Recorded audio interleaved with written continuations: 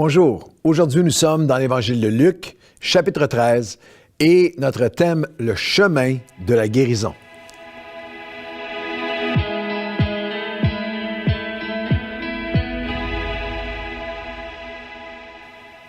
Bonjour à tous et bienvenue à votre café matinal. C'est vraiment une joie de vous retrouver. J'ai été quelques semaines absent et ça vous a permis de découvrir toute la richesse de l'équipe pastorale ici à l'Église Nouvelle Vie. Tous ces hommes et ces femmes qui sont des fabuleux communicateurs, communicatrices avec une passion pour la parole de Dieu, pour le peuple de Dieu, la présence de Dieu. J'ai regardé chacun des cafés qu'ils ont fait. Je sais que vous avez été bénis et merci de tous les courriels que j'ai reçus, dont plusieurs pasteurs qui m'ont écrit pour dire quelle équipe. Tu es tellement béni d'avoir tous ces prédicateurs, prédicatrices dans l'équipe. Et oui, nous le sommes effectivement. Mais Nouvelle Vie, n'oubliez pas, maintenant, c'est une église sur 7 et bientôt 8 différents sites. Alors, tous ces prédicateurs, prédicatrices sont à l'œuvre, croyez-moi, partout sur nos sites. Alors, nous allons continuer aujourd'hui. Là où nous sommes avec comme mission de de traverser les 4 évangiles avec vous. Vous savez, au début de la pandémie, j'avais vraiment eu sur mon cœur, j'ai pris l'engagement avec vous, je vais vous conduire, je vais vous accompagner. Nous allons traverser cette pandémie ensemble. J'avais aucune idée que ça prendrait 2 ans. Nous sommes presque jour pour jour, 2 ans déjà, des centaines de cafés matinaux plus tard. Et même si maintenant nous sortons de la pandémie, j'ai vraiment cette conviction d'aller jusqu'au bout, de terminer les 4 évangiles ensemble, un café matinal par évangile. Nous sommes maintenant dans l'évangile de Luc et je crois que c'est un cadeau, c'est une richesse, c'est un dévotionnel très spécial que je veux offrir à la francophonie, à vous, la pensée que pour les années à venir, qui que ce soit qui le veut gratuitement a accès aux 4 évangiles, chapitre par chapitre, avec un café matinal, un dévotionnel de 15 minutes sur chacun des chapitres. Alors, il nous reste 32 chapitres d'ici pour terminer l'évangile de Jean, devrait terminer vers le mois de juin. Et là, plusieurs d'entre vous m'avaient entendu dire ça et dites pourquoi est-ce qu'on ne ferait pas les actes des apôtres? Il y a même quelqu'un, un homme de foi, un pasteur qui m'a écrit pour dire tu devrais faire le Nouveau Testament au complet. Alors, en ce moment, on va faire Luc chapitre 13, on va terminer Luc et Jean et on va voir par la suite et merci pour votre soutien, votre appui aujourd'hui. Dans Luc chapitre 13, nous regardons à ce que j'appelle le chemin de la guérison. Quelques principes pour aller nous emparer de la guérison que Jésus a pour nous. Guérison dans toutes les sphères de nos vies. Nous avons tous besoin de guérison, que ce soit des cœurs brisés, que ce soit dans nos pensées, guérison dans notre passé, guérison physique, bien sûr, guérison spirituelle, émotionnelle, relationnelle. Alors, lorsqu'on regarde dans Luc chapitre 13, on a un fabuleux moment de guérison et des principes magnifiques. Dans Luc chapitre 13 et au verset 10, Jésus enseignait dans une des synagogues le jour du sabbat. Et voici, il y avait là une femme qui était sous influence.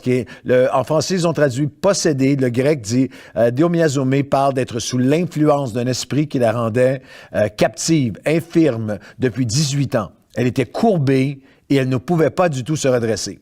Lorsqu'il la vit, Jésus lui adressa la parole et dit « Femme, tu es délivrée de ton infirmité. » Il lui imposa les mains et à l'instant, elle se redressa et elle glorifia Dieu. Dans ce texte, on va lire quelques passages avant et après. Il y a des principes sur le chemin de ta guérison. Et où que tu sois, au Québec ou en francophonie, Jésus te voit lorsqu'il la vit. Et c'est absolument extraordinaire de se rappeler que là où tu es partout, dans le monde francophone ou au moment où tu regardes ce café matinal, Jésus te voit. Il sait tout de toi. Il sait mieux que toi-même ce qui a besoin d'être guéri en toi et ce qui nous fait souffrir. Alors, et le premier principe pour qu'on retrouve le chemin de la guérison, il faut décider et être déterminé à vivre tellement plus que le rituel religieux. J'ai été percuté par le fait que cette femme était dans la synagogue le jour du sabbat. Et elle est là sous l'enseignement de Jésus, l'enseignement parfait, l'enseignement tout-puissant, l'enseignement d'onction. Cette femme était sous l'enseignement extraordinaire, puissant et parfait de Jésus. Elle était fidèle au temple et au sabbat, et peut-être même l'était-elle depuis 18 ans. Elle était dans l'Église, mais elle était courbée. Elle était captive et avait besoin de guérison, de se redresser. Et il y a un portrait, je le dis, je le mentionne en un moment. Il y a un portrait pour moi, là, avec grande compassion, dans cette image.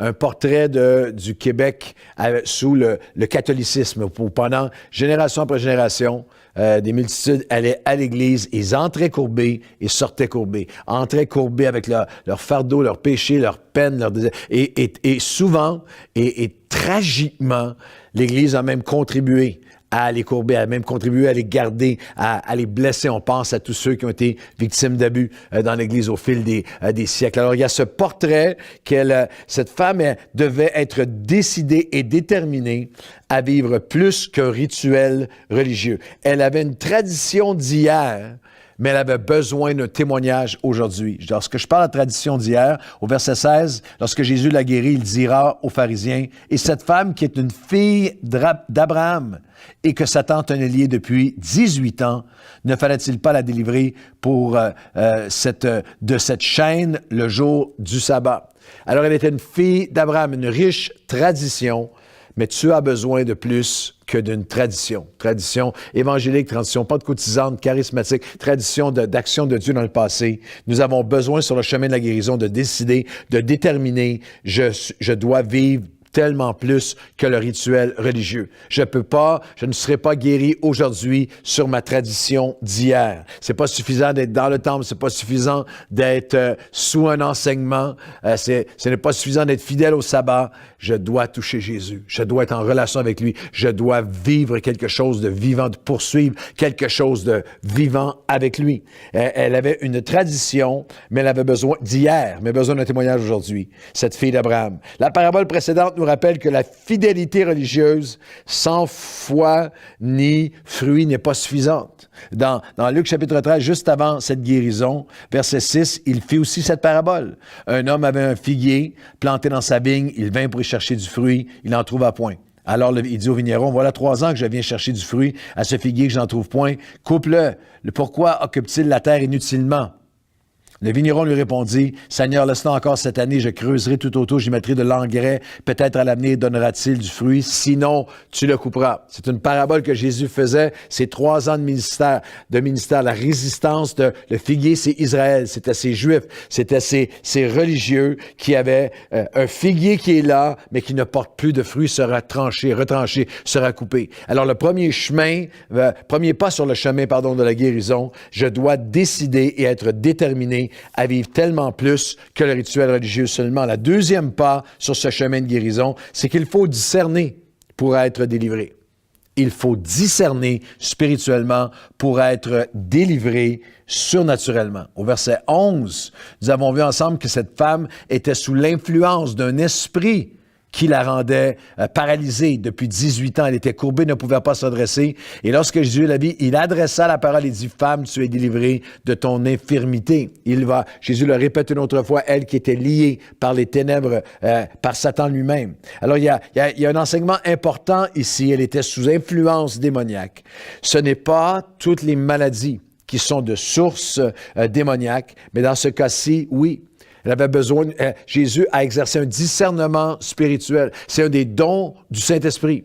Don de guérison, oui, de miracle, oui, don de foi, don de parole de connaissance, parole de sagesse, mais il y a aussi le don de discernement.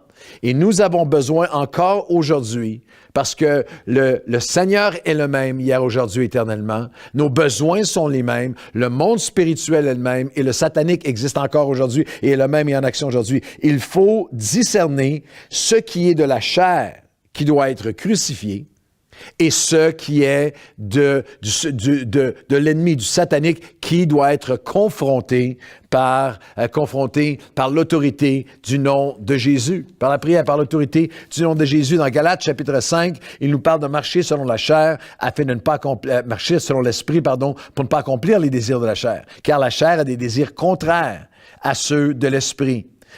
Ils sont opposés entre eux. Si vous êtes conduit par l'Esprit, vous allez discerner que les œuvres de la chair sont manifestes. Puis il y a toute une liste d'œuvres de la chair qui ne doivent pas, on ne peut pas chasser les œuvres de la chair. Mais ils doivent être, les œuvres de la chair doivent être crucifiées. Verset 24 de Galates 5. Ceux qui sont à Jésus-Christ ont crucifié la chair avec ses passions et ses désirs. Si nous vivons par l'Esprit, marchons aussi selon l'Esprit. C'est le fruit de l'esprit de paix, d'amour, de patience, de douceur, de tempérance est cultivé. La chair est crucifiée. Nous ne pouvons pas chasser la chair, nous devons la crucifier. Et il y a aussi, à l'autre bout du spectrum spirituel, nous ne pouvons, attention à ne pas chercher à crucifier le démoniaque et à chasser la chair. Non, nous devons crucifier la chair, c'est notre ancienne nature, pour être rempli du fruit de l'Esprit. C'est une œuvre continuelle, de jour en jour, dans notre communion avec Dieu, qui amène guérison. Mais nous devons aussi confronter les ténèbres. Au reste, Éphésiens 6, verset 10, « Fortifiez-vous dans le Seigneur par sa force toute puissante, car nous n'avons pas à lutter contre la chair et le sang, mais les dominations, autorités, princes du monde de ténèbres dans les lieux célestes. » 2 Corinthiens 10, 3 à 5, « Nous vivons dans ce monde, si nous marchons selon la chair, nous ne combattons pas selon la chair, car les armes avec lesquelles nous combattons ne sont pas humaines, terrestres, mais elles ne sont pas charnelles, elles sont puissantes par la vertu de Dieu pour renverser des forteresses. » Alors, le premier pas sur le chemin de la guérison, il faut décider et être déterminé à vivre tellement plus que le religieux. Le deuxième, c'est qu'il faut discerner et crucifier à chaque jour ce qui doit être crucifié avec l'aide de Dieu, par l'Esprit de Dieu. La chair marchant selon l'Esprit, mais il faut prendre autorité au nom de Jésus sur ce qui est et discerner sur ce qui est de source satanique, démoniaque, des ténèbres, avec l'autorité du nom de Jésus pour marcher dans la guérison. Le troisième pas sur le chemin de la guérison, c'est qu'il faut se détacher et même se distancer du légalisme qui est dans la critique, dans l'amertume, qui tue l'œuvre de Jésus.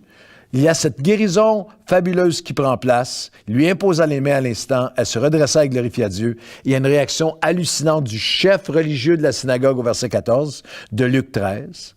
Mais le chef de la synagogue, indigné de ce que Jésus avait opéré cette guérison un jour de sabbat, dit à la foule, « Il y a 6 jours pour travailler. Venez donc vous faire guérir ces jours-là et non pas le jour du sabbat. » Quelle hypocrisie, quel endurcissement, quel légalisme. Et encore aujourd'hui, l'attitude d'accusation, l'attitude de légalisme, l'attitude d'attaquer, d'être dans l'amertume, de critiquer, tue l'œuvre de Dieu. Il y a encore aujourd'hui des cœurs qui sont pris dans l'amertume, dans le légalisme, dans la tradition légale qui est nauséabonde aux yeux de Dieu, qui a perdu le cœur. Au lieu de se réjouir pour la guérison, il est pris dans ses traditions et il met un joug sur les gens. C'est hallucinant que même lorsque Jésus est allé à Nazareth, l'incrédulité et la dureté de cœur a fait en sorte qu'il n'a pas pu faire là de miracle. Et ça, c'est un rappel pour toi et moi aujourd'hui. Nous avons besoin dans ce chemin de guérison. Je dois décider et être déterminé. J'ai besoin de plus que du religieux.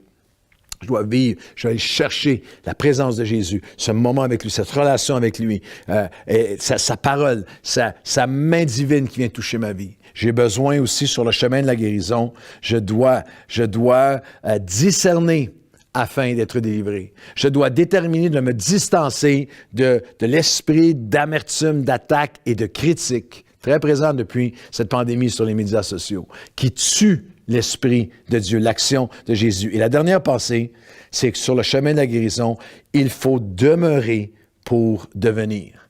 La guérison magnifique prend place et au verset 18, il leur dit encore, « À quoi le royaume de Dieu sera-t-il semblable? À quoi est-ce que je pourrais le comparer? » nous dit Jésus. « Il est semblable à un grain de sénévé qu'un homme a pris et jeté dans son jardin. Il a poussé, il est devenu un arbre. Et les oiseaux du ciel habitent dans ses branches. » Il faut demeurer pour devenir. Il y a cette image, tout de suite après cette guérison, qui est instantanée. Jésus dit, il y a des guérisons qui vont se faire par la foi d'un grain de sénévé, une guérison qui va être graduelle, qui doit, comme de la semence, le temps nécessaire pour qu'elle pousse. L'arbre qui a poussé pour en venir à porter des fruits de guérison. Une graine de sénévé qui pousse pour devenir, grandir dans la guérison jusqu'à maturité. Un arbre des oiseaux du ciel qui habite sous ses branches. C'est un portrait de ce que Dieu veut faire avec toi et moi. Nous, l'Église, un endroit, le lieu où nous sommes rassemblés, des hommes et des femmes qui demeurons avec Dieu, demeurons dans sa parole, demeurons dans sa présence, demeurons dans l'adoration, demeurons dans des cœurs qui veulent le servir. Et de guérison en guérison, nous devenons ensemble cet arbre de vie, cet arbre de guérison sous lequel les multitudes viennent trouver la guérison. Seigneur, pour tous ceux, mes frères et sœurs, qui ont besoin de guérison, je te prie de nous conduire aujourd'hui là où ils sont, sur le chemin de la guérison. Je décide, je détermine. Je ne peux pas trouver la guérison seulement dans le religieux, le rituel. Au nom de Jésus, on nous rafraîchit mon cœur, ramène mon cœur, renouvelle mon cœur vers toi. Seigneur, sur le chemin de la guérison, aide-moi à discerner ce qui est de l'ennemi, ce qui est de la chair, ce qui a besoin d'être crucifié en marchant dans l'esprit avec Dieu et ce qui a besoin d'être confronté par la puissance surnaturelle du nom de Jésus. Seigneur Dieu, aide-moi sur le chemin de la guérison. J'ai besoin de me détacher, de me distancer des influences d'amertume, de critiques sans fin, de ce pharisianisme qui tue littéralement et étouffe et étrangle l'action surnaturelle de Dieu. Et aujourd'hui, Seigneur, aide-nous, fortifie-nous, renouvelle-nous afin nous voulons demeurer en toi afin de devenir ensemble ces arbres de guérison qui donnent couverture à tous ceux qui ont besoin de toi. Que nos églises soient des maisons de guérison. Au nom de Jésus, amen et amen. Bonne journée à tous.